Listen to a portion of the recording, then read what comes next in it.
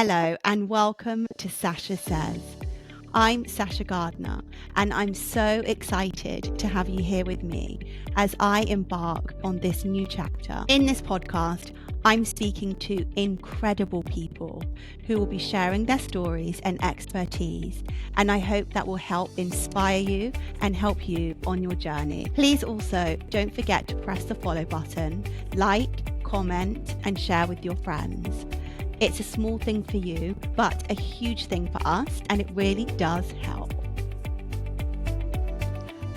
Hi, Romy. I want to say a huge thank you today for deciding to come on today's episode. If you can tell us about yourself, your background, and what made you decide to get into the field you're in.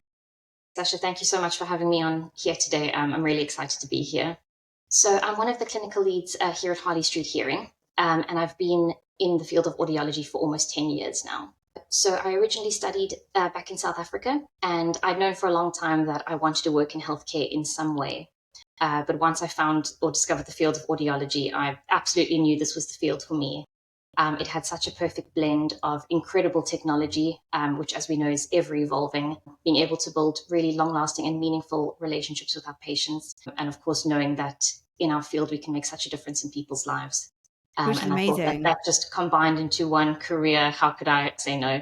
Yeah, exactly. And how did you get into the microtia field? So as an audiologist, there's such a broad range of what we do in our work. I love ears and all things hearing related, but I do have a special interest in hearing and hearing aid technology. That would be, conventional hearing aids as well. But of course, we have to explore other options that those may not be applicable for everyone.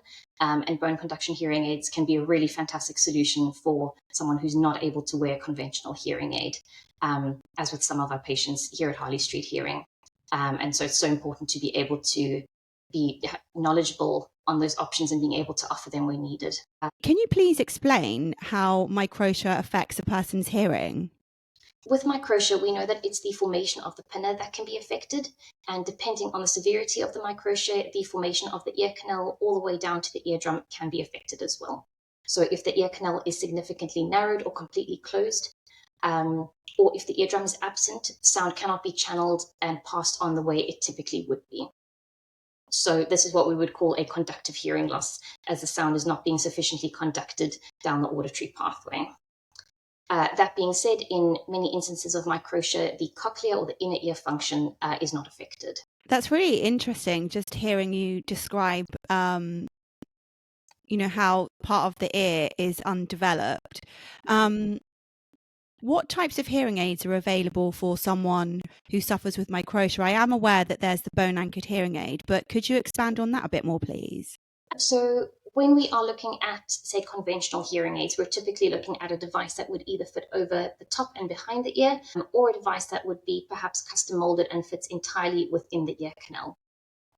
Again, depending on the degree of microtia, it is possible that the person may be unable to wear a conventional hearing aid, in which case we would certainly be looking at bone conduction devices. So bone conduction hearing aids are a great option for conductive hearing loss, particularly where a conventional hearing aid can't be worn. They come in many different forms, and some of them will be surgically implanted, and then others will be non-surgical, non-implanted devices. So with the bone conduction devices, how they would work is by transmitting sound through the bones directly to the cochlea or to the inner ear.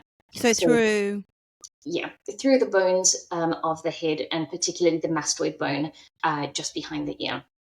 So effectively in that way, we're bypassing the outer and middle ear. We're bypassing the pinna, the ear canal, the eardrum, and the ossicles as well. We've got two really good examples of non-implantable devices. So a good example of that is the Adhear, which is made by Med-El. It's a lovely little device that looks What's that called? It's called the Adhear.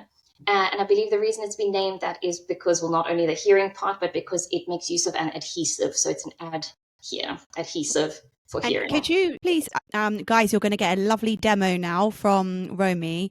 Could you hold that up to the camera? So this is so small. It's very small. So this is a really great solution if someone is not looking to go down the surgical route, and it's also a great kind of stepping stone or intermediary step where someone is perhaps waiting to go for surgery but in the months that they are waiting, they're not wanting to be without access to sound. And in this case, it can be used as a temporary measure. So how does that work exactly? So you put it... So the Adhear looks like that, and on the back of the device is the little area where it will clip on. So in this instance, for the Adhear, we've got a little adhesive sticker. Yeah. So I'm going to try and do this so that the camera can see. It clicks on, one would peel off the sticker, and then it would fit securely behind the ear. So it'd go behind the ear on the bone? Yes. Typically, one would place the adhesive on before, because the adhesive generally will last you about a week, and then the device would come on and off throughout the day as one would need it. So you can take that, you can take it off, yes, and the sticker, it stays on there, and you say that lasts for a week? The device can click on and off, for when you're going to sleep, or if someone is going to be exposed to moisture, hopping in the shower, that type of thing. That's amazing. Yes, it's a brilliant little device. And then do you charge that up? How does it work? Is it blue? Like, how does... So all these questions. Battery operated, so I'll open it up on the side here so that you can see there's just a little battery door that lifts up there. Okay. And there your battery would go in. They generally last about a week to a week and a half. And then there are some controls on the device. So there's a program button in the middle there. And we've also got a volume control on the side. So the wearer would have some control over the sound as well for different environments and as different sound levels are needed. So this particular hearing aid is great for someone who doesn't have the outer ear, and this would just go behind. And this is also if they've not, because the bone anchored hearing aid is obviously surgical, isn't it? So this is a great option for that. But do people have this and then they decide that they don't want to have the surgical bone anchored hearing aid? Or it may be, I think surgery or any route that one may go down is a very personal choice. And each person may have very different reasons for choosing the type of devices or surgical or non-surgical route that they may go down. That being said, it's a really great device, and whether someone's using it as a temporary measure or long-term, for which it certainly can be used, it's a brilliant device, and we've had a lot of success with the Adhear here at Harley Street Hearing. How are you spelling the name of this device? So Adhear, so and then Hear as in hearing. Okay. Yeah. And for, say, someone who doesn't have microtia, but they might have lack of hearing, would this also be an option for them as well? Absolutely. So if any person has a purely conductive hearing loss and they are either not looking to wear a conventional hearing aid or they're unable to, a reason other than microtia may be that they are prone to recurring ear infections and they're just not able to have a conventional hearing aid in their ear canal all the time. That ear might need constant aeration, in which case it's a brilliant device that keeps the ear completely open and still gives them access to sound. And what other hearing aids have you got?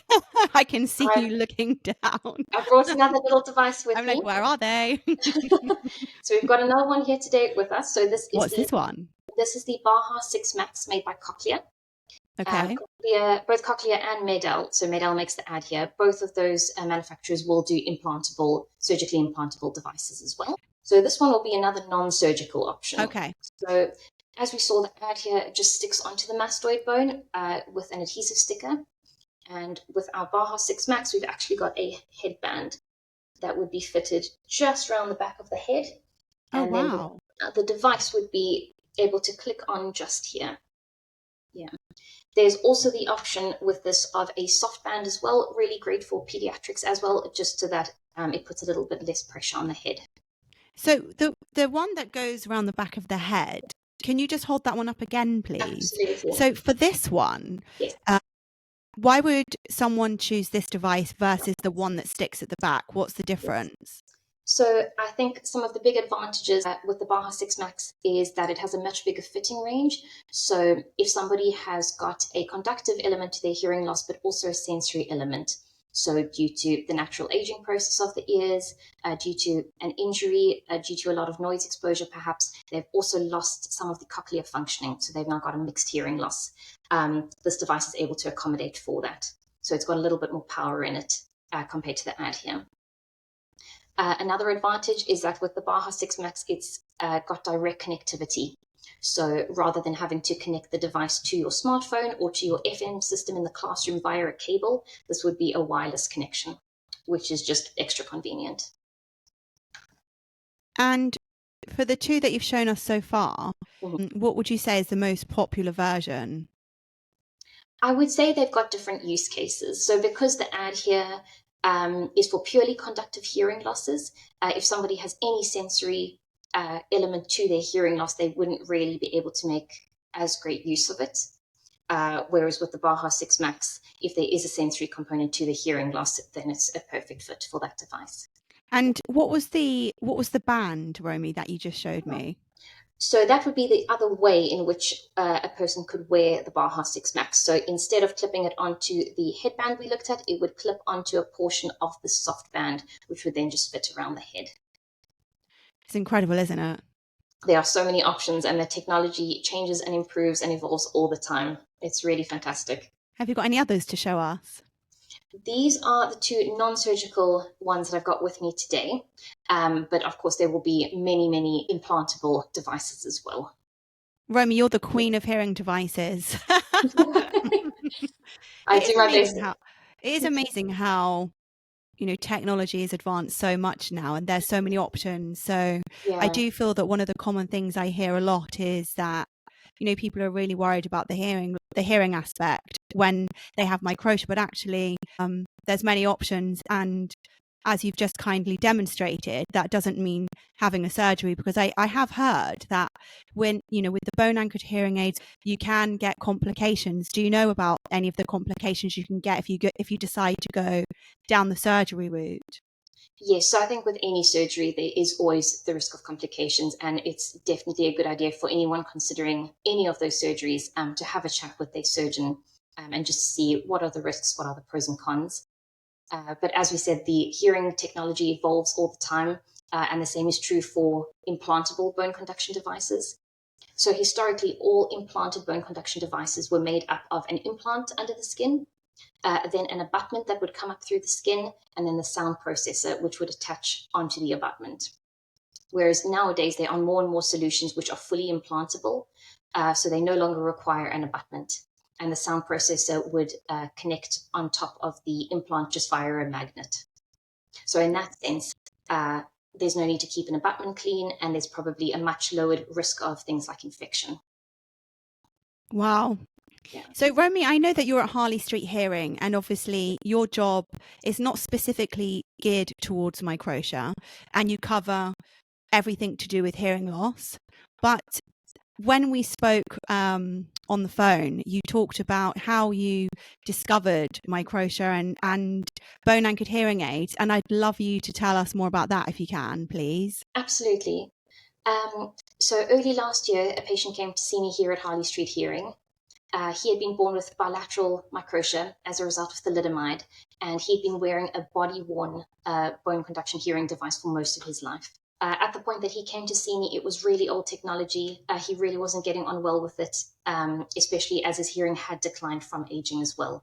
And he was just finding the setup of it very uncomfortable. How old was he? He was in his late 50s. Okay. Yeah. So at this point, he had quite a significant mixed hearing loss, not just purely conductive. But he had bilateral microtia, so both ears missing. Both ears. Yeah. One was had a slightly more severe microtia than the other. Yeah. So he was specifically looking for a non-surgical solution. And we knew that because of the mixed hearing loss that we needed a fair amount of power to be able to overcome that hearing loss. So we trialed the Baha 6 Max with him from Cochlear, and the difference was absolutely astounding.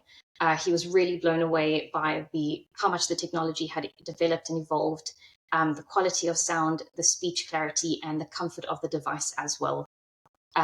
He really loved being able to stream his phone calls with his family as well, so that was a big plus for him. I recently saw him for his first annual review, first annual checkup, and I can happily report that he's doing really well and he's getting on brilliantly with the device. Do you remember you mentioned to me that from that encounter and from that experience, you then tried to get, was it more bone anchored hearing aids in Harley Street Hearing or more options available for people with microtia? What was the story you told me about that? It was all of it. So we've always worked with bone conduction hearing aids, but we realized that it would be so beneficial to so many people if we could really expand that offering. And so we've really gone on a journey to be able to get the widest variety of devices available here, whether it's for an individual with microtia or for someone who just can't wear a traditional hearing aid for other reasons. And if patients wanted to, say, go down the bone-anchored hearing aid route of having surgery, would they have to come and see you, or would it have to be done by their surgeon? Or how would they even, if they made that choice, how would they action that? How we would usually do it here at the clinic is we would suggest someone gets in touch with us, and we'll be able to ask them a few questions over the phone and get a sense of what it is that they're looking for. Typically, after that telephonic discussion, we'd be able to book them in for a full hearing aid assessment, which is about an hour and a half, and really gives us time to get to know the person, get to know their hearing needs, what would be important for them in terms of a hearing device, what features and functions they might benefit from the most. It gives us time to do a full range of hearing tests in that appointment. And then once we've got all the results and had that discussion together, we can put all that information together and make recommendations based on what we've discussed. I mean, what options are available in terms of hearing devices to assist with the hearing for the non-microtia ear? So we're very fortunate that we've got such a wide variety of hearing devices that we're able to offer. So what I can put on the camera for us, I can give you a bit of an overview here. So a lot of the time, if we are looking at conventional hearing aids, we'll typically be looking at something that fits behind the ear. So a little hearing device like this. So small. Very small. They are very discreet. They fit really securely behind the ear as well. And we've got a thin wire leading here with a dome on the end, all of which we will measure up and size up based on the patient's ear as well. Is that Bluetooth? Yes. So these days, almost all of the behind the ear or RIC style hearing aids will be Bluetooth enabled for streaming. Most of them will be rechargeable as well. So another version would be a custom molded hearing device. They're really lovely and discreet. There's absolutely nothing behind the ear as well. All of this will fit completely within the ear canal. Do they mold that according to the shape of the inner ear? Correct. This will all be custom molded based on the size and shape of the ear canal itself. Is that Bluetooth? Some of them these days, which is a fantastic development, as the Bluetooth chips and other components get smaller and smaller, they're able to pack those into smaller devices, which is brilliant. So these days you get a lot of Bluetooth enabled and rechargeable custom devices, which didn't used to be the case. So people who suffer from microtia, when they go to, say, buy Apple, the AirPods, they have to buy two, but they only ever use one. Wow. So they pay double the price. How does it work for hearing aids? Can you just buy one if you want to? Absolutely. So if somebody only has a hearing loss in one ear, we would, of course, only fit the one side. Whereas if somebody has bilateral hearing loss and we feel that we really should be aiding both ears, which the majority of the time that is the case, then we'd be looking to fit a pair. And then price-wise, is there a huge difference between the hearing device the custom-made small one that you kindly just showed us that goes in the ear versus, say, the Bluetooth one that sits outside? Are they the same? Are they similar in price? Is there a big difference? They're very similarly priced in that a lot of the technology that will be in one will be in the other. From your experience, Romy, what would you say is the most popular hearing aid from the two that you've just shown us, in the sense of one is very discreet and one sits on the back? Which would you say is the most popular with the patients that you see? I would say that the RIC style, so the receiver in the ear style that fits over the ear, is the more popular one. Part of that will be because of the fitting range. So these devices are a great solution for someone with mild, moderate, severe, or even profound hearing loss. So a lot of the time, the same actual device can be used, but we have other ways of making the device more powerful. So we can change the strength of the receiver wire, we can put on custom molded tips, and all of that will help increase the power of the device and the clarity that the person will get. And when you say functionality, what are the functionalities of this particular hearing aid, just out of curiosity, whilst you're here? So these days, most of the RIC style hearing aids will be rechargeable as a standard. Some of them do have the option to be battery operated as well, but typically rechargeable is the way it's going. All of them will be Bluetooth enabled as well. So being able to connect to a smartphone for streaming of phone calls, music, podcasts, and so on. And typically the behind the ear or the RIC style hearing aids will have the most number of microphones at the back. So they have microphones at the back as well? Yes, there are microphones along the back. And generally, the more microphones we have, the potentially better hearing one might have, particularly in complex environments, noisy restaurants, large groups of people. So the more microphones we have, generally, the better for hearing clarity. So fascinating. Absolutely. The technology is just amazing. And as we said, it evolves all the time. It's only getting better and better. I mean, if we had all the time in the world, how many hearing aids do you currently offer your patients roughly? So because we're a private or an independent clinic, we have access to all of the manufacturer's latest products. So we're not linked to a specific brand or manufacturer or type of hearing aid. So essentially, we have all of the options wide open for us. So we're free to make the best recommendation based on the patient's needs, their hearing loss, and specific features or functions they might want. So if we see a particular device that has specific features we feel might benefit that patient, then that is one that we can offer.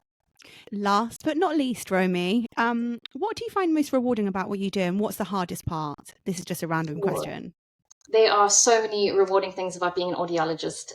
I think the biggest thing is that it's just such a privilege to be able to come to work every day knowing that I can make a difference in people's lives and improve their quality of life through communication. As humans, communication is really at the core of everything that we do. And being able to restore that for someone is incredibly fulfilling. We're also lucky to be working in a time where hearing technology has never been better. And having the latest technology at our fingertips ultimately means that our patients have access to the best technology that benefit them the most. Romy, if the listeners wanted to reach out to you, if they've got any questions, and if they're in London and they wanted to come and see you, what would be the best way to contact you? So we are always reachable on telephone Monday to Friday. And if someone wanted to just pop in, our main clinic is at number 2 Harley Street in central London. I can also link all of your details in the show notes below for everyone to, if they wanted to reach out to you as well. And Romy, I just want to say a huge thank you because you've taken your time to come on the show today, and the information that you've given us is so valuable because there's one thing having microtia and sort of trying to navigate as a parent what to do in the sense of, do you have the surgery? Do you not have the surgery? And all those bits in between. And there's something else to be considered, which is actually the hearing loss and how to navigate around that as well. And by you coming on and kindly doing your demonstrations for us, I really hope that the listeners have gained an insight to what's available, and they feel reassured that it's not, it's not as bad, and that thankfully technology has evolved in a way that it doesn't have to be hard, and it can be very manageable. Absolutely. So thank you, Romy, so much. Such a pleasure. Thank you so much for having me on. And we will talk soon. Absolutely. Thank you, Romy. Thank you, Sasha.